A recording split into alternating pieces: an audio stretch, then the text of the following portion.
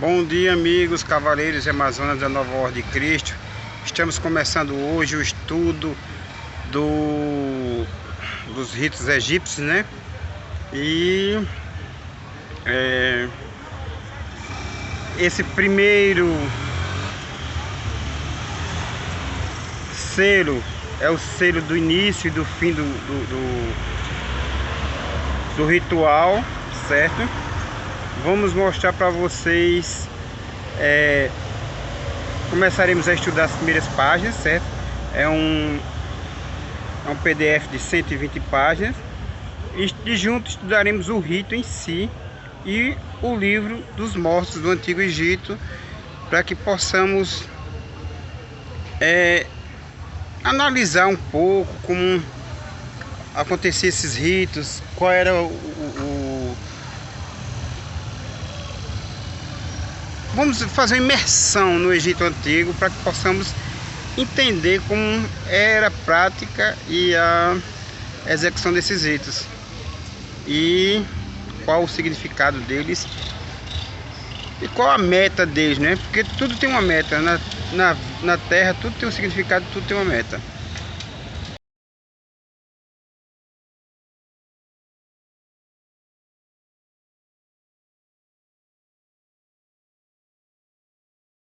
Bom dia, amigos, cavaleiros e amazonas da Nova Ordem de Cristo.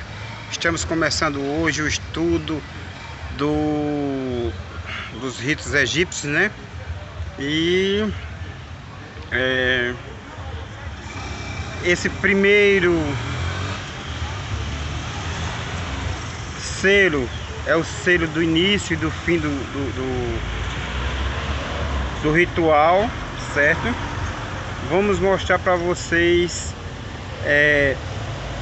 Começaremos a estudar as primeiras páginas, certo? É um PDF de 120 páginas. E juntos estudaremos o rito em si e o livro dos mortos do Antigo Egito, para que possamos analisar um pouco como aconteciam esses ritos, qual era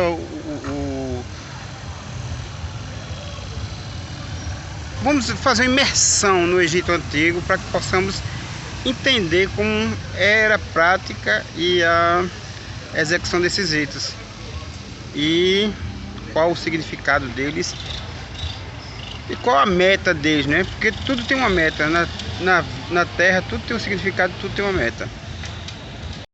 Bom, continuando o nosso estudo do rito egípcio, né?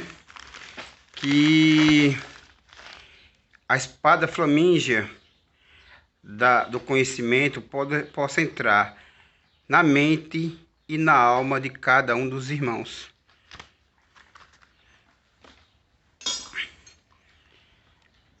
Para que a espada iniciática seja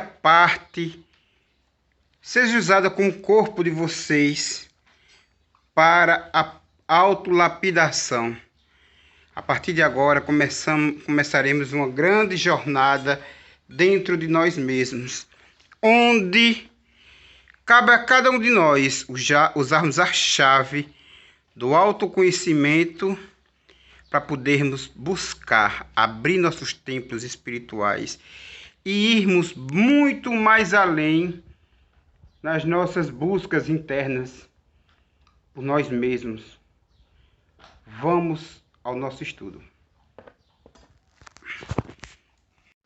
Bom, irmãos,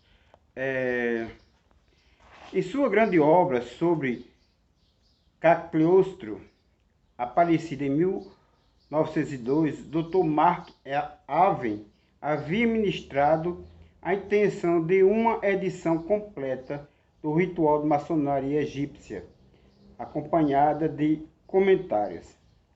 A guerra de 1914 o impediu de realizar tal projeto. Foi necessário esperar mais de 30 anos para mandar à impressão o texto do ritual estabelecido com base numa cópia do manuscrito original, a única que conhecemos, feita em 1845, por M. Guilherme, porta-estandarte do silêncio perfeito e atualmente em nosso poder. Infelizmente, os comentários que deviam enriquecer o ritual não foram redigidos. Apenas algumas notas lacônicas esclarecem ou precisam o símbolo de certas passagens para proporcionar aos leitores que não puderam ler mestre em comum uma ideia do que foi Cagliostro e prepará-los para a leitura do ritual. Citaremos um assunto que lhes custará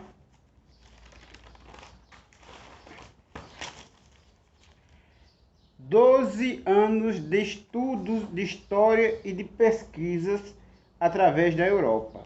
Da mesma forma que surgem, às vezes, no céu monótono, aparentemente imutável, imprevistos astros temporários ou fugitivos cometas, cujo retorno apenas alguns sábios aguardavam, assim também em certas datas passam pela humanidade seres estranhos que prendem a atenção de toda uma época.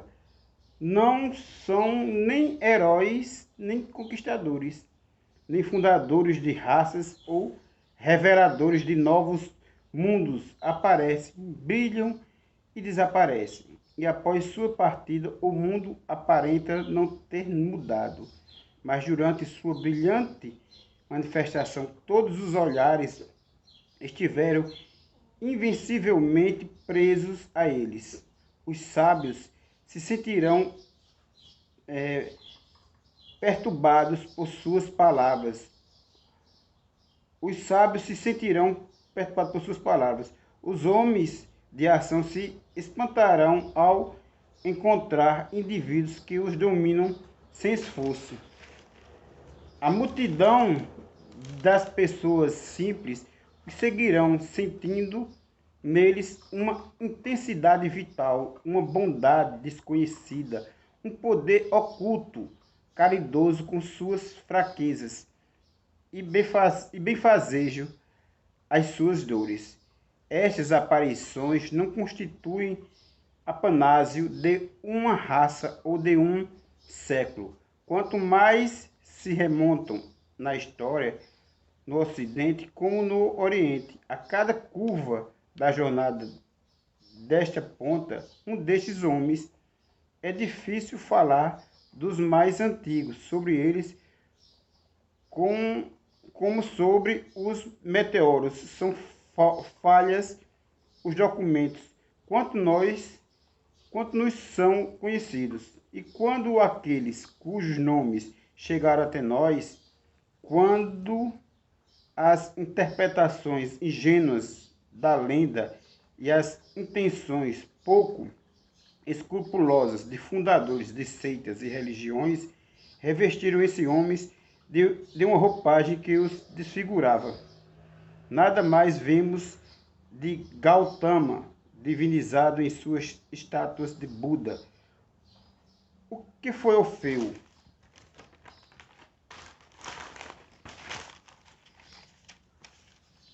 O que foram Apolônio de Tiana e Merlin, o mago, o encantador?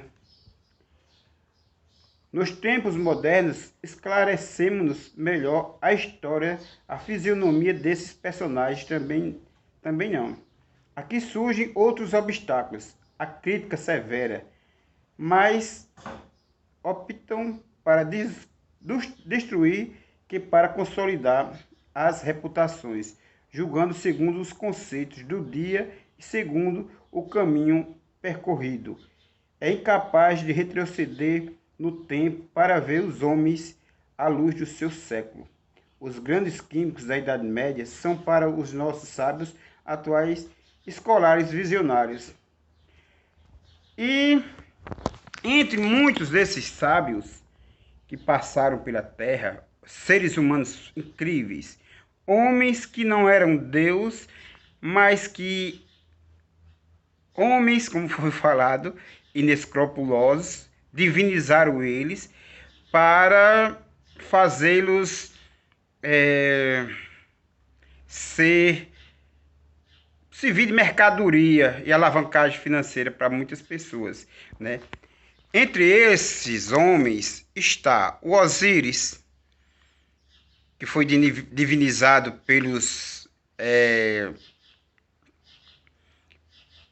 sacerdotes egípcios, mas todos os seus descendentes sabiam que não era um divino, que ele não era um ser divino, né? Era um homem comum. Assim como Jesus foi divinizado,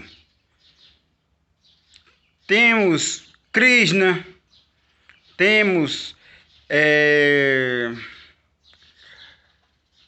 Mitra, tantos outros homens grandes que vieram à Terra, espíritos bastante evoluídos para as suas épocas, que vieram apenas trazer conhecimentos para seres humanos mais atrasados, que precisavam evoluir.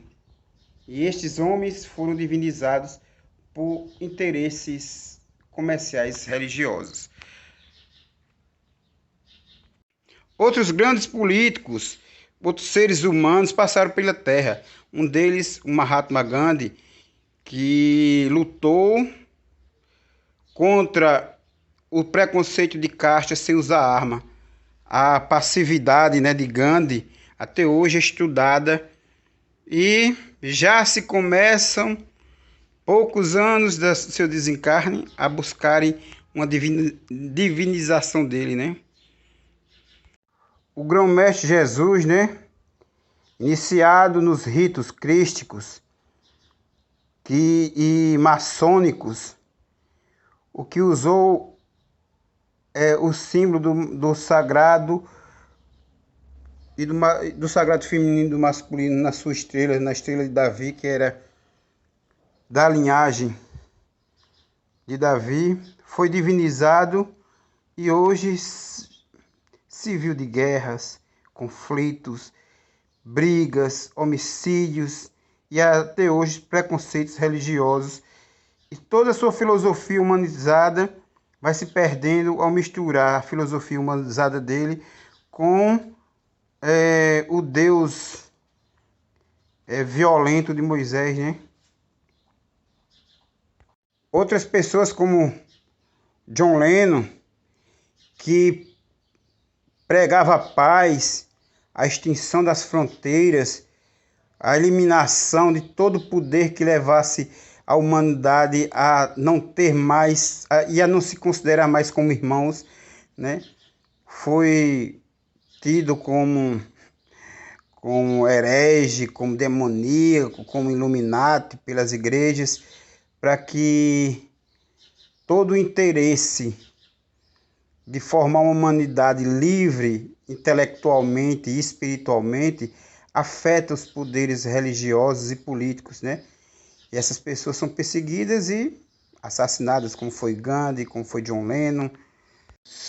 Humanizados, humanitários, como Martin Luther King, que lutou pelo fim do preconceito nos Estados Unidos, pelo fim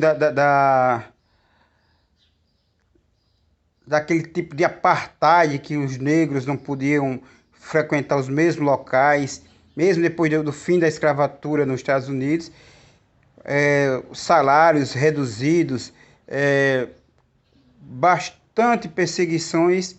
Esses irmãos foram assassinados, né? Martin Luther King, temos ele aqui usando o símbolo da maçonaria, porque verdadeiramente a maçonaria é um estilo de vida, é uma filosofia, é um agir dentro do bem, de forma que você se transforme em um ser tão melhor que você se orgulhe do que você está se transformando.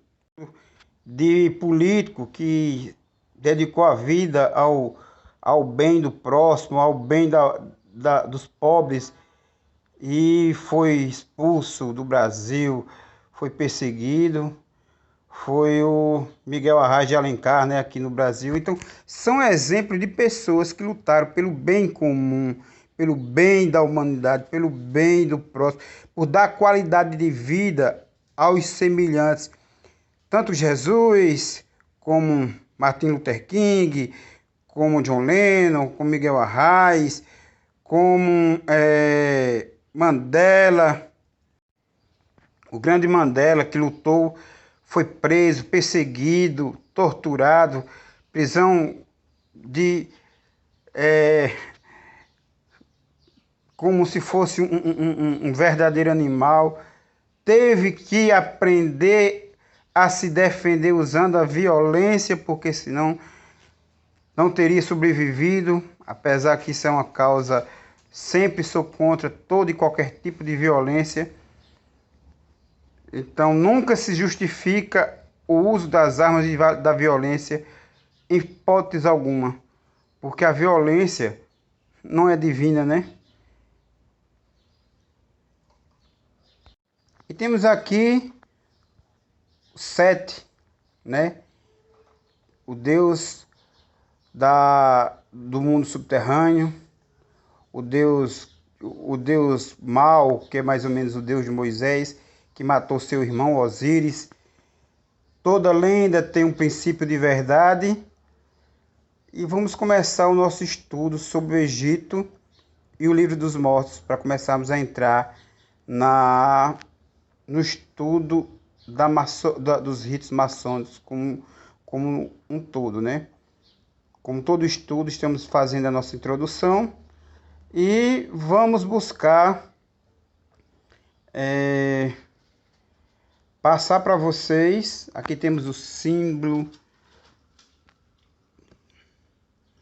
da ordem do pensamento positivo, certo?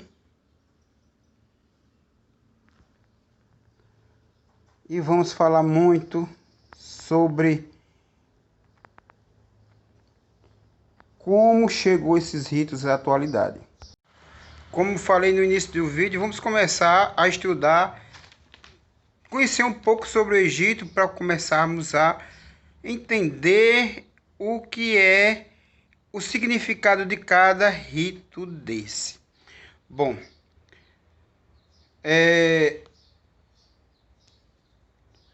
nome oficial do Egito: República Árabe do Egito.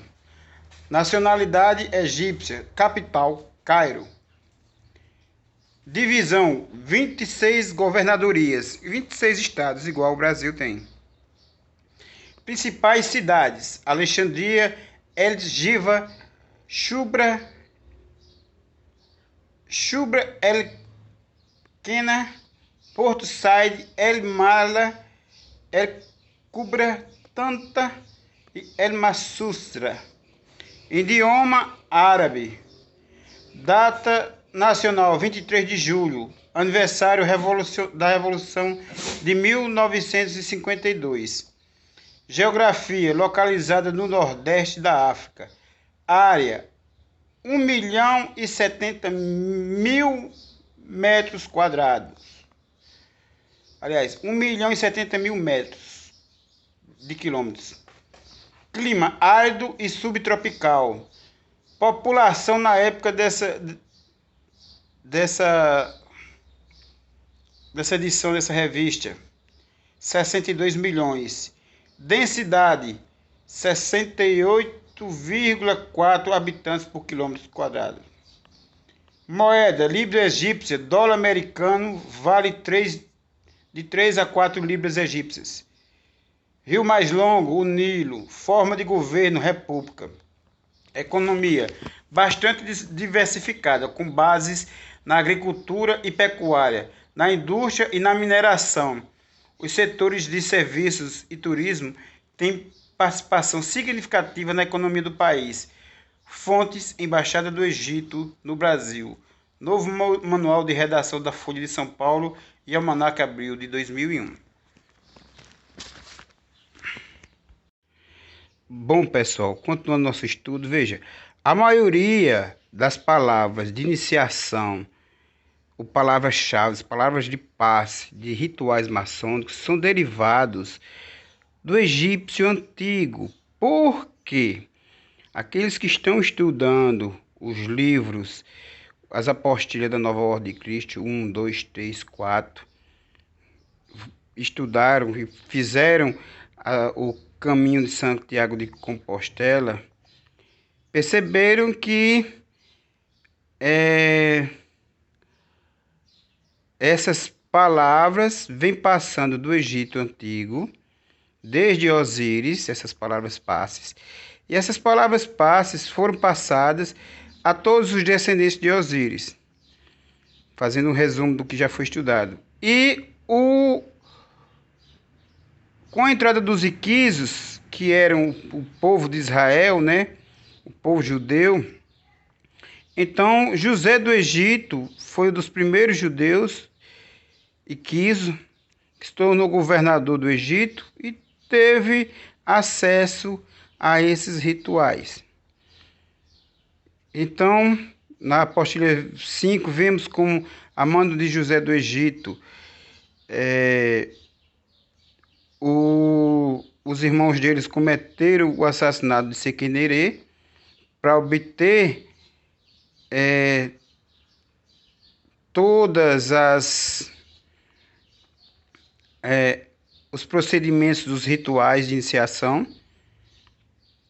E depois, aqueles que já estão estudando a apostila 4, que estudaram a apostila 4, perceberam que o Moisés adquiriu conhecimento de como fazer esse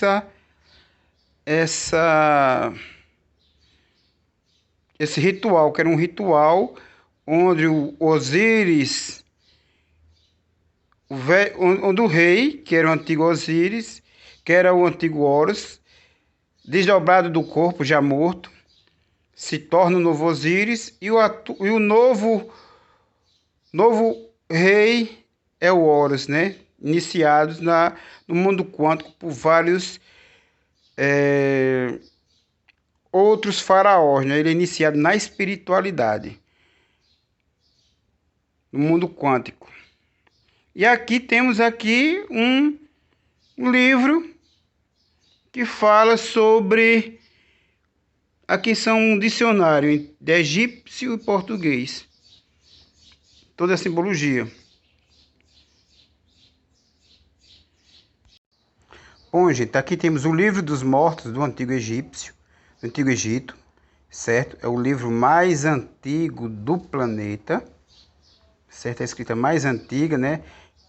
Pelo menos, segundo os arqueólogos, na atualidade, pode ser que isso mude no futuro, quando for descoberto todos os conhecimentos dos Atlantes, certo? Esses conhecimentos foram passados por Osíris aos nativos do Egito após o último dilúvio, certo? O Osíris, que era um grande agrônomo, ensinou o povo egípcio, que tinha saído daqui das terras da América para o Egito após o último grande cataclismo. Ensinou o povo a trabalhar com a agricultura, e uma agricultura de autossustentabilidade, e dessa forma também começou a fazer negócios com outros países, outros sobreviventes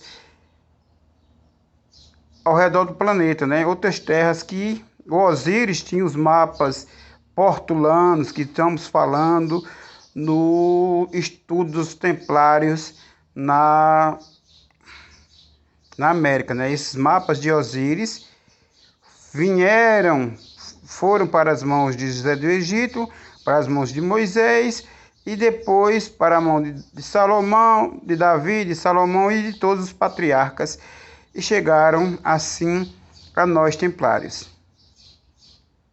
Bom, irmãos, como falei no início do estudo, vamos começar também nesse estudo para que possamos conhecer vamos, por meio da nova ordem de Cristo, vamos tentar fazer com que vocês que estão estudando aqui os rituais egípcios, aprendiz, possam não só praticar o ritual sem entendê-lo, mas sim entendê-lo e tentar a ponto de vocês vivenciar o Egito antigo. É viver como egípcio. É viver para morrer e morrer para viver. Era a nossa meta. Nós egípcios trabalhávamos a nossa psique. Tínhamos o rito de mate como uma conduta, um jeito, uma forma de agir, uma moral, uma ética. Independente do Deus, da religião, nós vivíamos o rito de mate, porque nós preparávamos para a morte o tempo todo. E na espiritualidade nos preparamos para reencarnar. E ainda hoje, nós que vivemos no Egito, ainda trabalhamos com essa mesma filosofia, com essa meta de vida. Faremos aqui uma leitura do livro do livro dos mortos, né? Do Antigo Egito, a introdução, pois tudo que estamos estudando hoje é apenas uma introdução aos ritos. Antes de entrar propriamente no livro dos mortos, devemos abordar o que foi o primeiro livro que se conhece, que foi este, e por que surgiu com um assunto tão estranho. Pretendo, em algumas linhas, mostrar como decorreu o processo do medo e da religião, que culminou com o culto dos mortos e, posteriormente, com o livro dos mortos. O medo foi a primeira causa do impulso do homem em direção aos seus superiores. Esse medo, que se reveste de uma áurea de mistério, foi e continua sendo o principal motivo da preservação das religiões. Foi o desconhecido o primeiro a fazer o homem cair de joelhos frente a ele. Atemorizado ante os cataclismos naturais, como os trovões e os raios, terremotos e vulcões, fora de sua compreensão e que não podia evitar, era natural que os encarasse como manifestação de um ser supremo e superior, fosse qual fosse, e seus motivos para assim proceder. Lógico também que, assim supondo, se prostrasse humilde e assustado perante os que tanta força possuíam. Com o correr dos tempos, esse medo evoluiu, começando o homem por temer a ação direta dos deuses em sua vida, não só nas coisas que o cercavam, como nas que manifestariam depois da morte. Foram necessários vários séculos para que o homem viesse a pensar e no animismo que a palavra espírito se concretizasse no termo de alma. E uma consequência natural do culto aos mortos seria oferecer a ele, para a sua vida eterna, tudo de que necessitariam, já que onde viveriam, nas tumbas, não encontrariam meios de sobreviver. Essa prática de oferendas mortuárias realizadas quando da sepultação do corpo do morto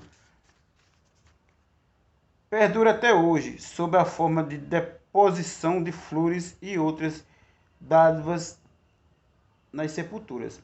Todavia, este costume persistiu durante muitos séculos no Egito Antigo, sob a forma de esquife de ouro, joias, adornos, escravos sepultados vivos juntos aos senhores no Egito Antigo. A alma era imortal e de natureza divina, pois mesmo depois de separada do corpo, continuava a viver, viajando para a eternidade. Além dessas condições materiais proporcionadas ao morto, precisava ele, para sua viagem, de uma boa dose de conhecimentos mágicos, e embora fosse de conhecimento só dos sacerdotes era o livro procurava dar. Era cega a fé dos sacerdotes egípcios, pois o povo acreditava piamente em sua sabedoria. Ainda hoje né, irmão? E de tal modo que mesmo no auge das letras, as ciências gregas, estas se voltaram ao misterioso Egito, de onde emanavam os conhecimentos da época. Muitos dos grandes gregos dessa era ali compareceram, buscando encontrar no mistérios egípcios resposta para as suas dúvidas, como Platão, Heródoto, Architas de Tarento, Teodoros de Cirene, Aristóteles, entre outros. Ciência e magia foram aliados por muitos anos, por terem a mesma origem, a necessidade imperiosa de explicar fenômenos através de um ser superior. Necessidade esta filha da ignorância, nascida do desejo de viver a seguir e conseguir o segredo destes poderes para o seu uso com fins temporais. Os homens, através dos gestos e rituais puramente mecânicos, procuravam obter a benevolência dos deuses para graças puramente temporais e especiais, isto é, obter benefícios na vida terrena.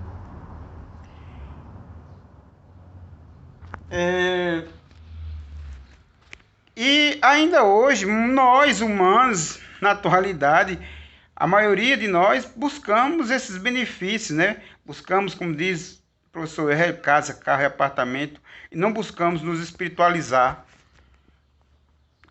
como é a meta. Nós estamos aqui na Terra para aprender e evoluir sempre, mas passamos muito tempo apenas buscando os bens materiais para evoluirmos. Bom, gente, vamos ficando com o livro do Morpheus, vamos ficar por aqui, continuaremos amanhã. Bom, agora vamos começar a estudar. Vou preparar essa apostila, aos poucos vou enviando para cada um de vocês, certo? Do grau aprendiz da maçonaria de egípcia.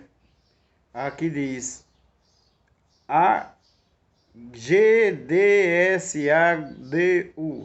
aprendiz membros Mizraim, seção ordinária, grande loja regular simbólica da maçonaria egípcia no Brasil. Rito. Eita, deixa eu virar aqui, gente. Rito antigo e primitivo de Neftis Mizraim, ritual do aprendiz maçom egípcio, seção ordinária.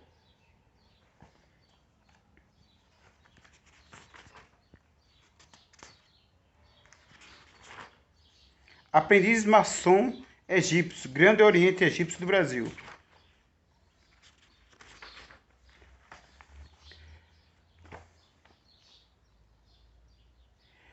O Grande Oriente Egípcio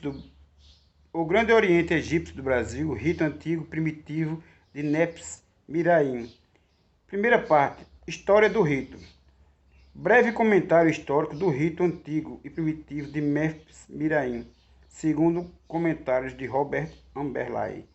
O primeiro grão-mestre do rito antigo e primitivo Neftis Mizraim foi Giuseppe Garibaldi, que fez a fusão dos ritos de Neftis e Mizraim, tornando-os um único.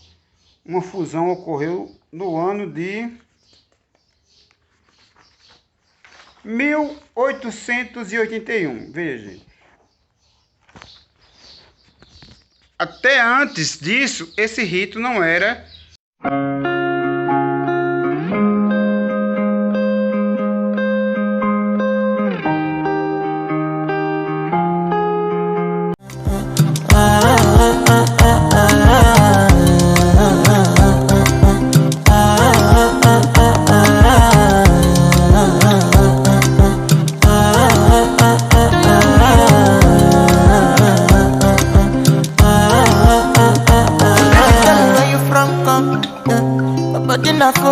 come. Don't be silicon. I got the finish work.